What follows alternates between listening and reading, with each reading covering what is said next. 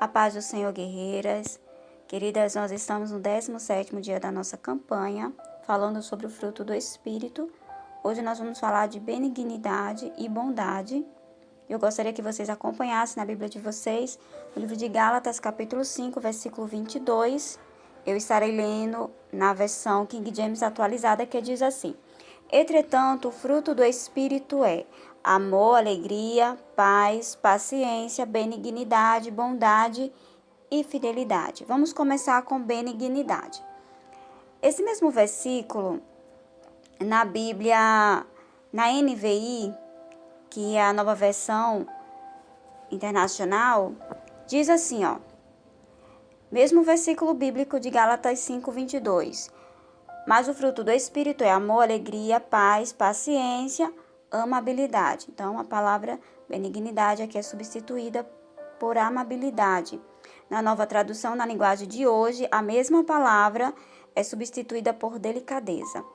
Isso, amadas, porque a palavra grega usada para benignidade aqui nesse texto bíblico é a charistotes. Eu não sei pronunciar corretamente a palavra grega, mas ela indica justamente isso, amabilidade, delicadeza, indica afetuosidade, gentileza, suavidade.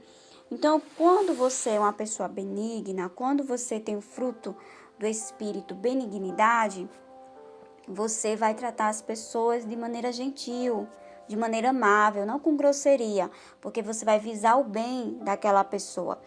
Amadas, às vezes, a maneira que nós falamos, as palavras que nós falamos pode afetar seriamente uma pessoa. Então, nós temos que tomar cuidado para que nós não viemos maltratar as pessoas. Então, nós temos que agir de maneira cortês, com cortesia, tá bom, amadas?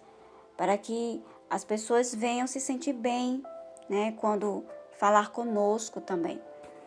Mas para que nós venhamos compreender melhor sobre benignidade, eu gostaria de explicar também sobre bondade. Por quê, amadas? Porque benignidade e bondade estão muito ligadas. Claro que o fruto do Espírito, ele desenvolve de maneira harmônica, né? Todas essas partes do fruto vai se desenvolver de maneira harmônica.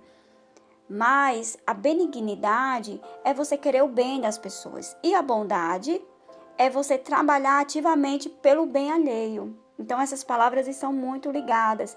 A palavra bondade, ela vem do latim e a qualidade de quem tem boa índole. Então, é uma pessoa que tem atitudes que faz o bem para o próximo, né? E aí eu gostaria de ler com vocês uma passagem bíblica que fala muito claramente sobre a benignidade, a bondade. Eu vou resumir, tá? Para o áudio não ficar muito comprido, mas eu gostaria que vocês acompanhassem e vocês meditem nas suas casas, né? Lá no livro de Lucas, capítulo 10, a partir do versículo 25, que fala sobre a parábola do bom samaritano. Mas eu vou resumir aqui. Um advogado da lei foi lá falar com Jesus, com o Senhor Jesus, para submeter o Senhor Jesus à prova, ou seja, para encontrar alguma falha ali no que o Senhor Jesus poderia falar. E ele falou assim, olha, mestre, o que preciso fazer para herdar a vida eterna? E aí o Senhor Jesus, ele respondeu, né, o que está escrito na lei? Aí o homem começa a falar, amarás o Senhor teu Deus de todo o teu coração, de toda a tua alma, né, de todas as suas forças e com toda a tua capacidade intelectual, e amarás o teu próximo como a ti mesmo. E aí o Senhor Jesus falou para ele, então vai, né, procede desse jeito, age dessa forma e viverás. Só que o versículo 29 fala o seguinte: ele, no entanto, insistindo em justificar-se, questionou a Jesus, mas quem é o meu próximo? Porque, amadas, ele quis falar isso, se justificar. Porque é mais fácil você amar as pessoas que estão ali no seu convívio familiar, seus familiares, né, seus amigos. Mas não é tão fácil amar pessoas, por exemplo, que nos maltratam, não é muito fácil amar pessoas que a gente nem conhece. Mas aqui o Senhor Jesus, ele começa a falar sobre a parábola do bom samaritano, nos dando uma lição, amadas, de como nós devemos agir para com as pessoas. O que é amar o próximo como a si mesmo, olha só. E aí, vou ler aqui com vocês, a partir do versículo 30. Eu vou resumir, tá? Mas vocês leiam completo. Então, o Senhor Jesus, ele fala que um homem descia de Jerusalém para Jericó, e ele foi assaltado, foi ferido pelos ladrões, e passou um sacerdote. O sacerdote era um líder espiritual, como se fosse hoje um pastor. E ele passou do outro lado, ele não prestou assistência à pessoa ferida. Depois passou um levita, e o levita era uma pessoa responsável em cuidar da casa de Deus, como se fosse hoje um obreiro, um diácono. Mas ele fez a mesma coisa, ele passou distante, ele não prestou assistência ao homem ferido. Mas aí no versículo 33 fala assim, ó. Mas um samaritano, estando de viagem, chegou onde se encontrava o homem, e assim que o viu, teve misericórdia dele. Olha, amadas, samaritano, estrangeiro, samaritanos não se davam muito bem com os judeus, mas aquele samaritano, quando ele passou, ele viu aquele homem ferido e ele teve misericórdia dele. Amadas, essa palavra misericórdia tem como sinônimo palavras, né, que têm o mesmo significado de misericórdia, e nessas palavras benignidade e bondade está incluída em misericórdia. Então, quando a pessoa é misericordiosa, ela quer o bem da outra pessoa, ela se coloca no lugar da outra pessoa, mas ela também vai agir com bondade. Ela não somente vai querer o bem, mas ela vai procurar agir para beneficiar aquela outra pessoa, entende? Então, esse homem, ele teve misericórdia. E o que ele fez? Versículo 34. Então aproximou-se, enfaixou-lhe as feridas, derramando nela vinho e óleo. Em seguida colocou sobre seu próprio animal, levou para uma hospedaria e cuidou dele. Eu vou ler só até aqui. Olha só o que ele fez. Ele não se importou com o fato dos judeus não se darem com os samaritanos. Ele passou por cima dos preconceitos, de racismo, de tudo isso. Ele se colocou numa posição que ele poderia até ser ridicularizado por estar cuidando de um judeu. Mas ele não se importou, ele foi lá porque ele se colocou no lugar daquela pessoa, né? Ele sofreu junto com aquele homem e ele cuidou daquele homem ferido, investiu dinheiro no homem, né? Hospedou ele e ainda deixou ordem. Se você continuar lendo, você vai ver que ele deixou ordem para cuidarem dele, né, todas as despesas.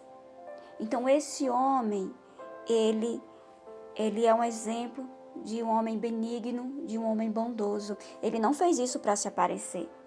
Ele não fez isso esperando nada em troca, mas ele fez porque ele se compadeceu daquela pessoa que estava ferida. Amém, amadas? Então, eu vou deixar aqui alguns versículos bíblicos para que vocês possam meditar sobre esse assunto, para que vocês compreendam melhor o que é querer o bem das pessoas, tratar as pessoas com gentileza, ser uma pessoa benigna, porque benignidade deriva da palavra bem, né? Então, você quer o bem daquela pessoa, você trata bem, com gentileza, você é amável. Então, você é uma pessoa benigna. Mas aí, quando desenvolve o fruto do Espírito em nós, a gente não é só benigna, a gente também age com bondade. A gente age com generosidade, tratando bem as pessoas, agindo de maneira que nós viemos colocar ação naquela benignidade, amém? Então vamos lá, vou deixar aqui para vocês meditarem, 2 Timóteo, capítulo 2, versículo 24, que diz assim: ao servo do Senhor não convém discutir, mas sim ser amável para com todos, capacitados para ensinar, paciente. Então, a palavra do Senhor nos ensina a ser amável com as pessoas.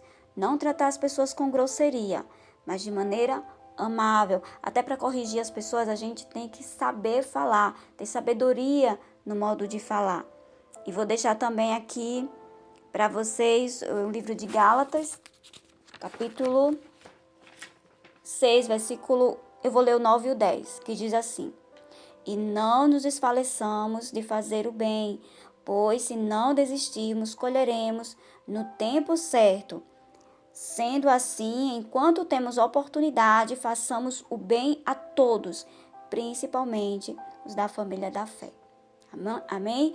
Não devemos nos cansar de fazer o bem, mas nós devemos agir em conformidade à palavra do Senhor nos ensina. Porque o fruto do Espírito não se trata de sentimentos. Você não precisa sentir para você agir assim. Não. A palavra do Senhor, quando fala sobre o fruto do Espírito, está falando de comportamento. Nós devemos agir de acordo com o que a palavra do Senhor nos ensina. Amém, amadas? Em nome do Senhor Jesus, fiquem todas na paz. Em nome de Jesus.